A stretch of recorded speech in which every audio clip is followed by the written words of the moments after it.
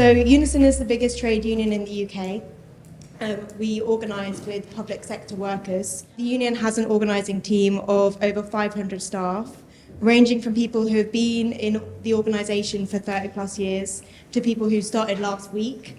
And for many of them, organising means something quite different.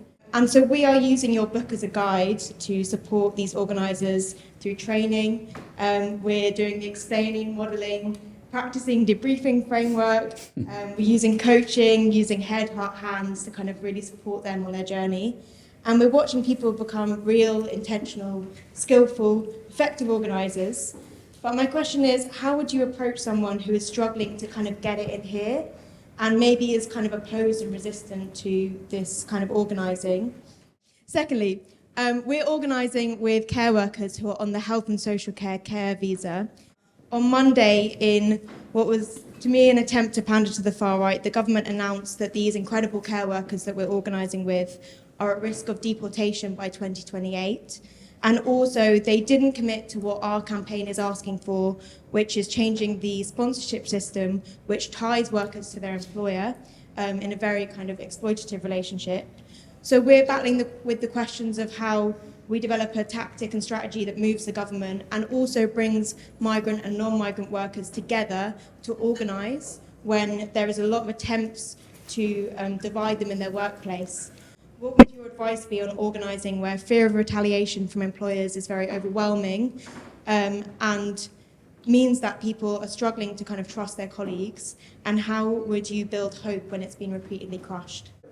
First of all, I think the most important thing is to recognize and articulate the challenge and be clear about what it is and what it isn't. That's why I started the way I did here, about there's reality there. But then the question of how you engage with it. And really, it's like there is no magic solution here. In the organizing that we've been doing and the kind of training and leadership development, we've tried to avoid models. In other words, where there is a model of this. There's a school of thought called the alignment theory where they say all models are wrong.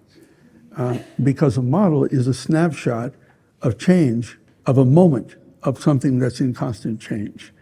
And we get confused when we think the model is real and our lived experience is not.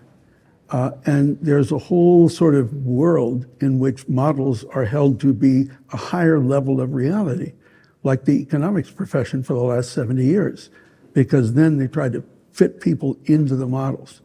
So it's one reason our focus has been on practices, as you know, because practices are dynamic, they involve values, they involve skills, and they involve concepts, but they are evolving and adaptive and based on learning.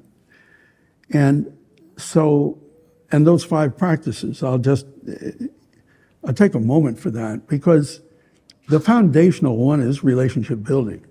And, people say, well, how many people here have ever had a relationship? I didn't say good ones. Okay, all right.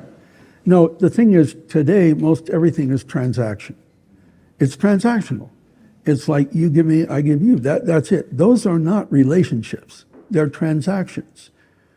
Like the example I think of it where I teach, somebody has an interest, wants to have a conversation with somebody else. They look interesting. They have coffee. One person says, "Oh, let's get together again in a week. Have more coffee." Gee, I'm busy. A week later, I got people coming from out of town. A week later, I'll send you an email. Now, sociologically speaking, you just got dumped. That's what happened, okay? And see, what was missing was what makes a relationship, which is the risk of commitment. See, without commitment, there is no relationship. It's commitment that builds the future. And that's what gives a relationship a future and then becomes a ground for all this other learning power and all the rest of it. Now, I know I'm not answering your question directly. I was about to lean you a little bit. Yeah. Because in other words, to me, so much is coming back to the basics. Because the second practice we teach is narrative and the use of narrative, and that's directly related to what you're describing. Fear is always the big problem. I don't know if there's any fans of the Dune trilogy. Any Dune fans? Marshall loves Dune. Just to let you know.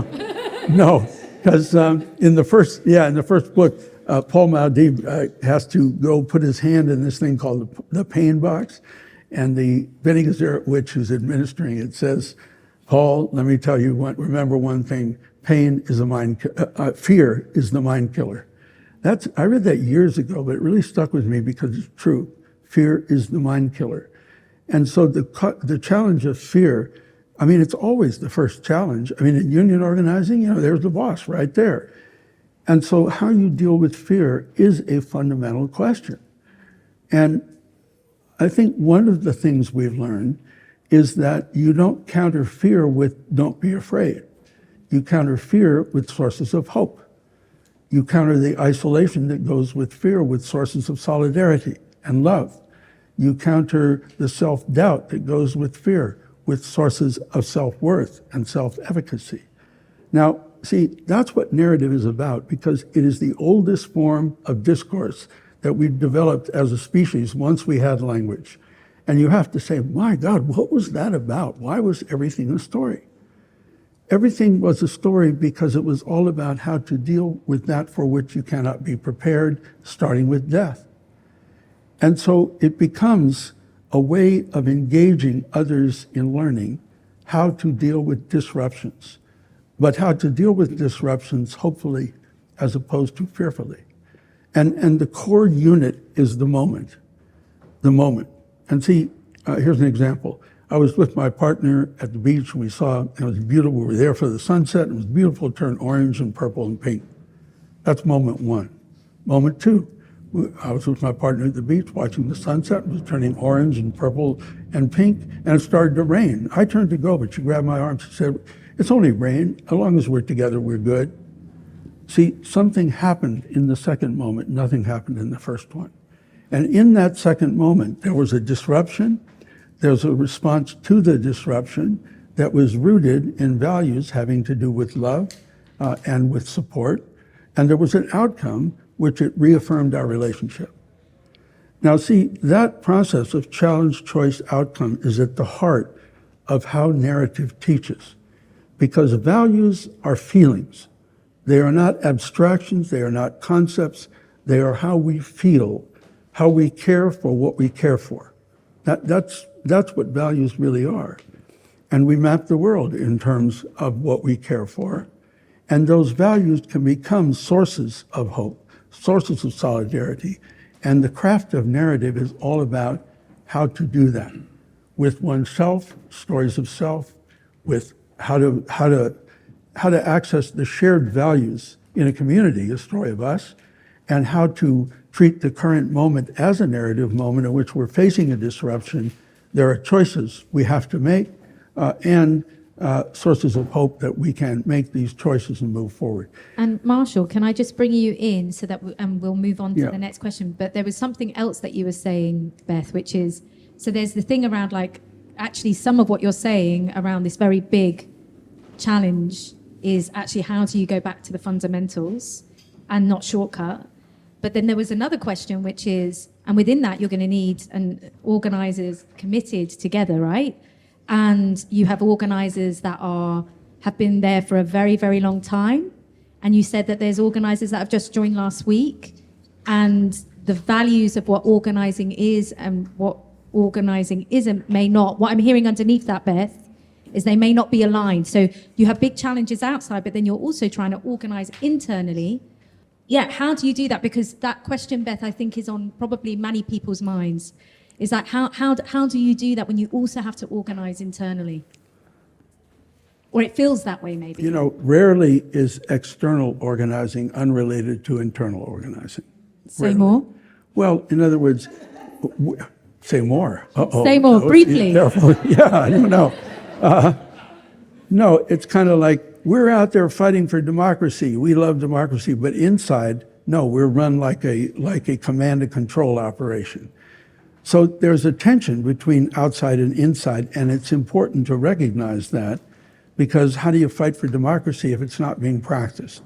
And because democracy is not something you have, it's something you do. It's a practice. It's a way of experiencing and doing things. Now, having said that, the first thing I'd say is that folks around that sort of blame everything on young people are really problematic, not the young people. My mother used to quote Lady Astor as saying, the old people always say the young people are going to the dogs. Well, they ought to know because they've been there themselves. But see, it's about renewal. It's about a fresh perspective. It's about the future. And so when people are not hospitable to the kind of learning and mentoring that can happen, in a way, it's a kind of rejection of the future. So now what does that mean? Well, there can be a lot of conflict around that. Because unless you're engaging, let's say those of us who've become stuck in a fresh perspective on what we're doing, we just stay stuck. Now, it makes a difference if the stuckness is at the top of the organization where they are the ones in control. And then here you are, and you don't have the power. On the other hand, the question is, how do you develop the power? How do you build the power? And to me, that's always the question. How do you discover the sources of interdependence in which they need you, not only you need them? And I think that's so important about power to get, that power is power is not something you have. It's an influence that's created through interdependence. We live in an interdependent world. If you need what I've got more than I need what you've got, who's got the power? You need what I've got more than I need what you've got. Use your hands. Who's got the power? Me or you? You. Yeah. And if you flip it, who's got the power? Yeah. See, in other words, power it's an expression of our interdependence, and it's an influence created by the terms of that interdependence. Now, if we more or less balanced in our needs of each other and our resources for each other, we build a co-op. We work together. We can be collaborative. We create a lot of power. But if the most important resources are over here and the needs are over here, then it turns into domination, and it has to be challenged. But the start of that challenge is not what I don't have, it's what I do have. In other words, it's starting with, how do they need us? How do they need me? Where's our ground from which to operate? Let's land the plane. And so I think that's just a reality. And it isn't always pretty, but that renewal is critical. The other thing, just the last thing on that before the plane lands, is that we did an experiment at the NHS. I got to do this. I know, you're going to do it anyway. All right, I'm going to do it anyway. No, we did an experiment this was at the NHS, where it was putting together senior civil servants and younger people. And we were going to teach them coaching. Now, by coaching, I don't mean telling people what to do. I mean asking questions as a way of learning. And so we always start our classes with, you got a leadership challenge? Okay, you got to help them with that leadership challenge, but you can't give any advice. All you can do is ask questions. Now, when we put these folks together, it turned out that the young people were scared of the old people were scared of the young people. And so when they had to coach each other, it turned out to be really cool, because they discovered in each other sources of their own learning. And so what I'm saying is not like, hey, the way they've been doing it's all wrong and fight. No, it's about engagement in a process of learning in which we all can be teachers. See, learning is about creating a space, not a safe space, a brave space, in which we can be each other's teachers, not each other's judges. Because when we're each other's judge, shuts everything down. So that's another opportunity, because then it gives them a chance to be mentors. It gives them a chance to offer their experience. And so it's really how you develop that cross-generational context of learning, I think. I hope that's helpful. Yeah. I think so.